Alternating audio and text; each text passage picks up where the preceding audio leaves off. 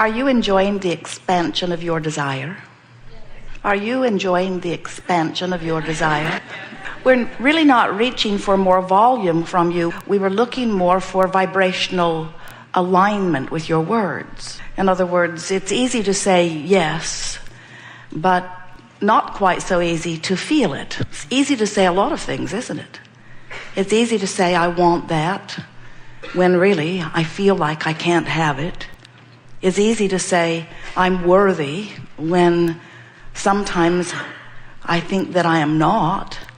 It's easy to say I expect the best when I'm feeling discouraged. And so the reason that we are nitpicking a bit over the words that you're using as you respond to our most important question that will ever be put forth to you, are you enjoying the expansion of your own desire? The reason that we are nitpicking there is because until you say yes to that and really mean it, you cannot have a joyful experience, because you will always be expanding. There will always be a gap between where you stand and what you are now from where you stand wanting. It's such an interesting thing.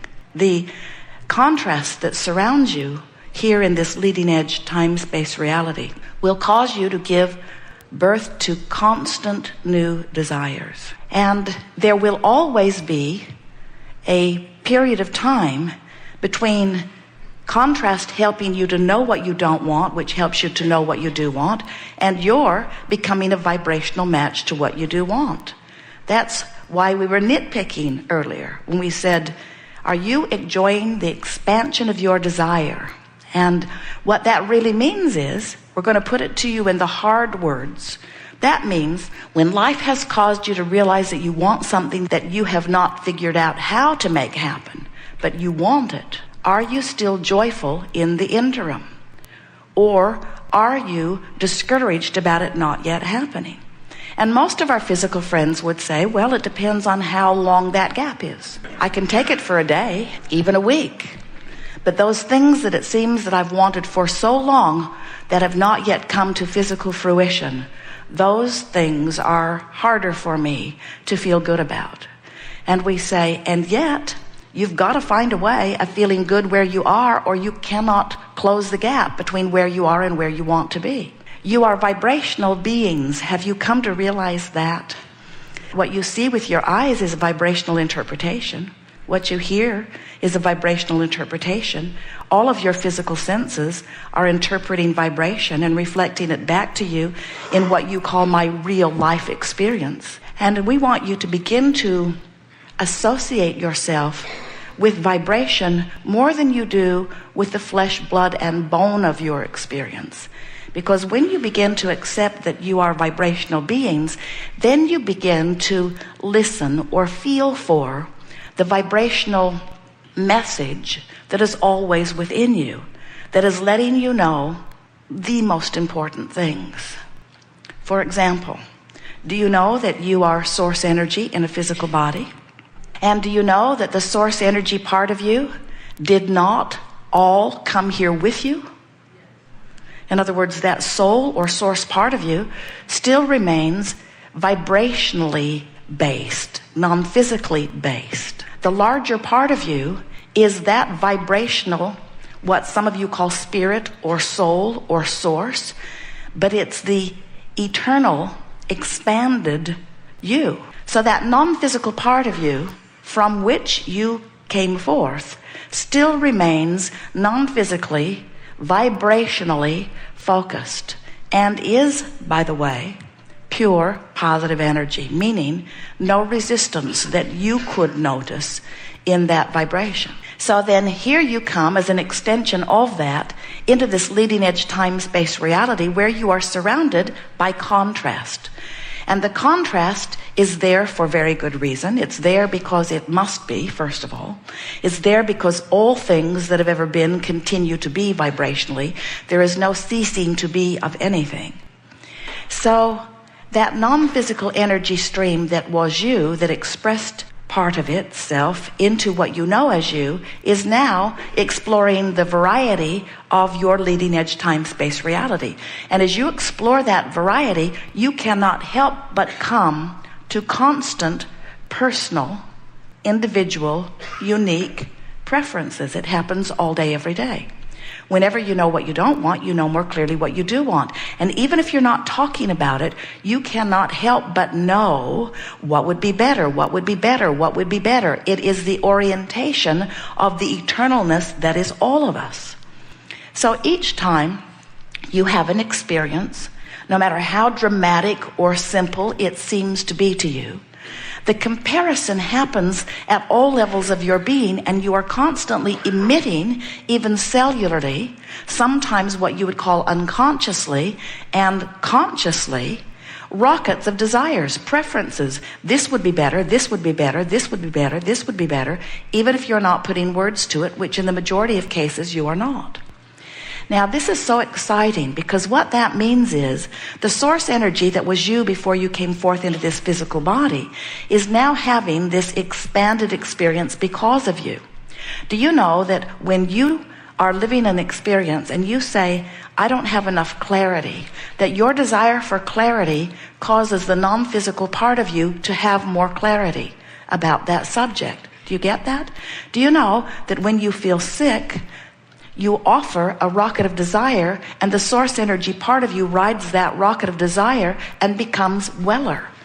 Now, friends, this is really a leading edge way of looking at this, but it is important that you somehow get hold of the vibrational relationship between the you that was you before you were you in this physical body that is expanding through you. As Jerry and Esther travel from Phoenix to San Diego, it's easy. They know the way. It's 400 miles. They head west.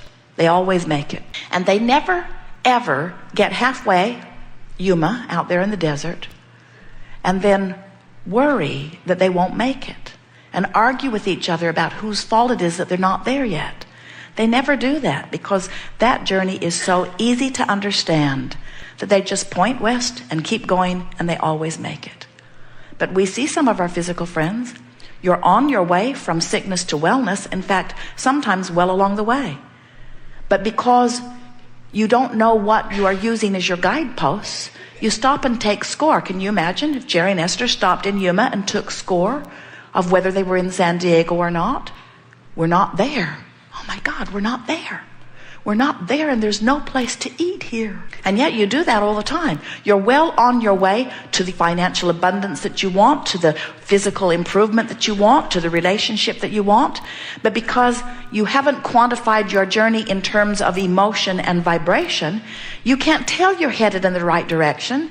And so you listen to that one and you listen to that one, or you take score about where you are. And so often do we see you well along the way and turn and go back, well along the way and turn and go back, well along the way and turn and go back. That's why you think you need patience. That's why you cannot wholeheartedly say to us when we ask you the most important question that you've ever been asked, are you appreciating the contrast of your time and place? That's why you don't mean it when we extract the word yes from you, because you want to be all the way to where you want to be, and when you're not, you feel the frustration of it. And we want you from now on to understand that when you feel frustration about things not yet manifest, they can't come because you've got frustration going on.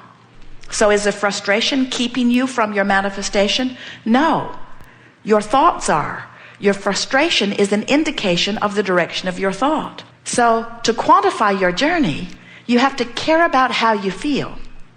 And you have to insist on reaching for an improved feeling thought, an improved feeling thought, an improved feeling thought. Sometimes we think that you think that what we want you to do is just make sure that you're over here in pure positive emotion on every subject in the world.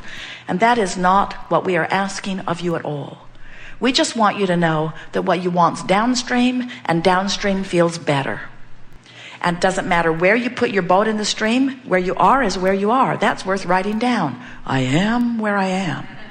In other words, you can't put your boat in someplace you're not. something has happened and somebody says, cheer up, and don't you want to say, drop dead? I am where I am. Of course I'd like to be more cheerful. Of course I'd like to be more abundant. Of course I'd like to have a lover. Of course I want all of that, but I am where I am. And you insisting that I be over here when I'm over here doesn't help me one bit. Accepting where you are, making peace with where you are, is everything, because all of your power is here and now. All of it. 100% of your power is here and now. And do you know what the power is? To turn downstream or upstream. To turn toward a thought that feels better or a thought that feels worse. So that means if you're in despair, the most accessible thought to you is one of revenge and rage. Really. Your friends preferred that you stay depressed. You're less trouble to them when you're depressed. They want you to either be depressed or be joyful, and you don't have the option of joyful. The frequencies are too far apart. If you would allow yourself the natural breath of fresh air that revenge would give you, then you could allow yourself the natural fresh breath of air that anger would give you. And then you could allow yourself the natural fresh breath of air that frustration would give you. And then you can reach for hope. And when you reach for hope, then it's smooth sailing. Once you get into a vibration of hope, it's easy to find those other good feeling emotions. So we're encouraging you to make a decision today. We certainly would if we were standing in your physical shoes and had access to this information that you are so clearly assimilating as we are giving it to you. We would make a decision that we are going to make peace with wherever we are, and that we're going to exercise all of our power, which is all happening right now, to turn downstream as often as we can. So your new mantra is, today, no matter where I'm going, no matter what I'm doing, no matter who I'm doing it with, it is my dominant intent to look for that which I'm wanting to see. I'm going to look for the thought that feels best from where I am, the best feeling thought I can find from where I am. And friend, that's the secret to life. That's the secret to alignment. That's the secret to fulfilling your reason for being. That's the secret to becoming that which this life has caused you to become. It's the secret to happiness. It's the secret to success. It's the secret to all things. To acknowledge that a larger part of you exists, that the larger part of you is calling you, and that when you go in the direction of it, it feels slightly better than when you go in the opposite direction of it. And if you've got that, then you've got everything. From this point forward, you will begin closing the gap. And what you're going to notice is you have so many things in your vibrational escrow. You've lived lifetimes putting them there, and especially this lifetime putting the specifics of them there. They are there. They are real. They are calling you forward. And in the moment that you lighten up and turn in the direction of that, you are going to begin to feel the movement of the stream. Esther and Jerry occasionally, in fact, frequently, are wailing down the freeways at 75 or 80 miles an hour. They're monster bus. Everyone sort of just gets out of the way. And then sometimes, especially in the metropolitan areas, the traffic will slow down to a standstill. And it is not a good feeling to have been moving and making such great progress and then suddenly to be not moving at all.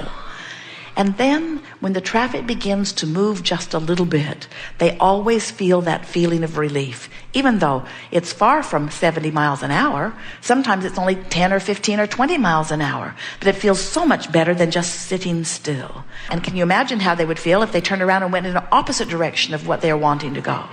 You are an expanding being who will never be happy unless you let yourself get up to speed with your expansion. In other words, it's not like you have a choice here in this sense. Life caused you to become more, and now you sort of kind of got to go. If you don't go where life has caused you to become, you feel the discord of not going. So it's this simple. You and what you've lived have caused your stream to move, and you and what you are thinking are allowing yourself to go or not in the direction of what you have created. So it's all up to you. You've got your hands on the steering wheel. You've got your foot on the throttle. In other words, it's all up to you. Isn't that good to know? If life causes you to want something, and you can find the way, and we're here to tell you, it wouldn't take you more than 10 or 15 or 20 minutes if you'd focus a little bit. If you will focus yourself into alignment with what you want, it has to appear in your experience. So then what begins to happen? Because you never get it done, Contrast causes you to want it. You line up with it and become it. Now you've got more contrast, which causes you to want it. You line up with it and become it. So there will always be something more that you want from where you are.